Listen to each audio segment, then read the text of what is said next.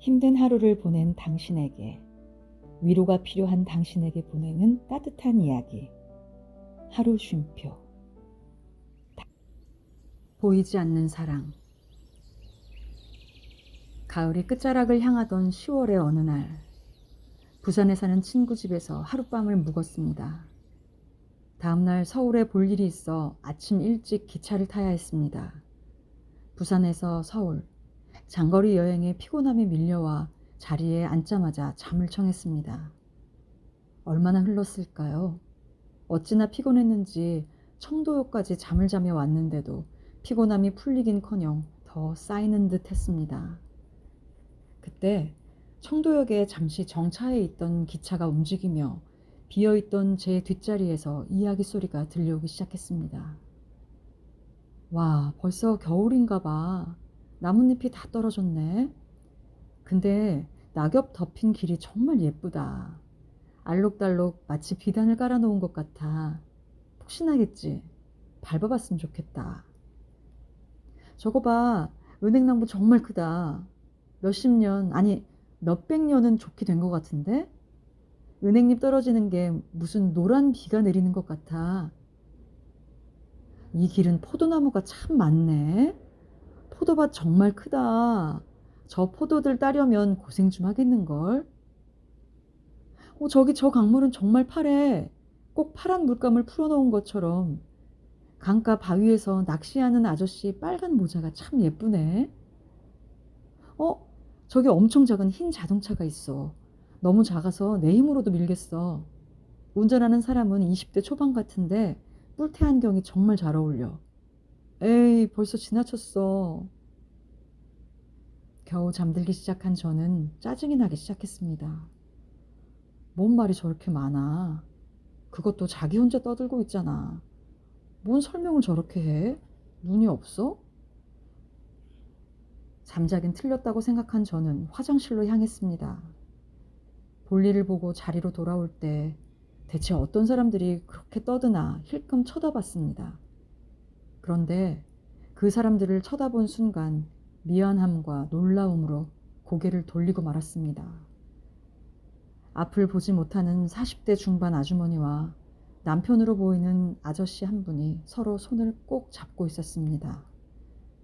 아주머니는 자상한 아저씨의 설명에 고개를 끄덕이며 응수하시고 계셨습니다. 마치 같이 보기라도 하는 것처럼 입가엔 엷은 미소까지 지으며 부족한 부분은 채워주고 넘치는 것은 나누어 갖고 힘들면 서로 기대고 기쁘면 같이 웃어주고 그렇게 살아갑니다. 그래서 불편한 점 몇 가지쯤은 아무것도 아닙니다. 부부는 그렇게 서로의 반쪽이 돼주면서 평생을 함께 걸어갑니다.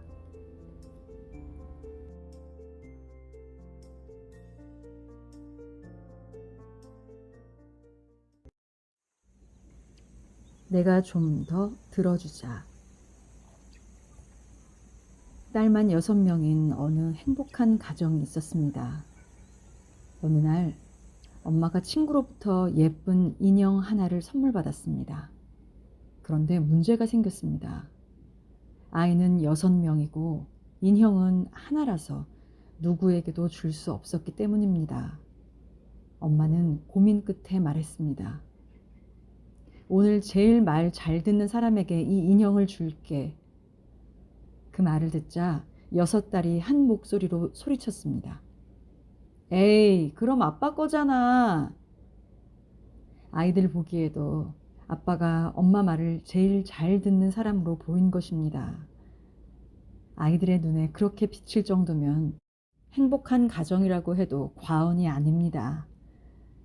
세상에서 가장 아름다운 삶은 들어주기를 힘쓰는 삶입니다. 반대로 세상에서 가장 추한 삶은 들어달라고 떼쓰는 삶입니다.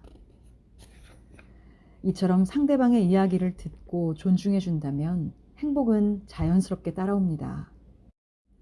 자연의 섭리이긴 하나 사람에게 입이 하나고 귀가 둘인 것은 말하기보다 듣는 것에 더 노력하라는 의미일 것입니다. 이와 같은 삶을 살아가기 위해 가장 먼저 실천해야 할 행동은 내가 좀 더 들어주기입니다. 그럼 어느새 당신 주변에는 좋은 사람이 모일 것이고 그 사람들을 통해 당신은 더욱 의미 있고 행복한 삶을 살게 될 것입니다. 가족을 위해 모진 삶을 사는 아버지의 푸념을 들어주세요. 온 가족의 행복을 위해 희생하는 어머니의 이야기를 들어주세요. 실현당한 친구의 말을 들어주세요. 아내의 수다 친구가 되어주세요. 남편의 직장 이야기에 맞장구를 쳐주세요. 당신이 사랑하고 좋아하는 사람들이 당신 덕에 속 시원하게 오늘을 마무리할 수 있도록 말이에요.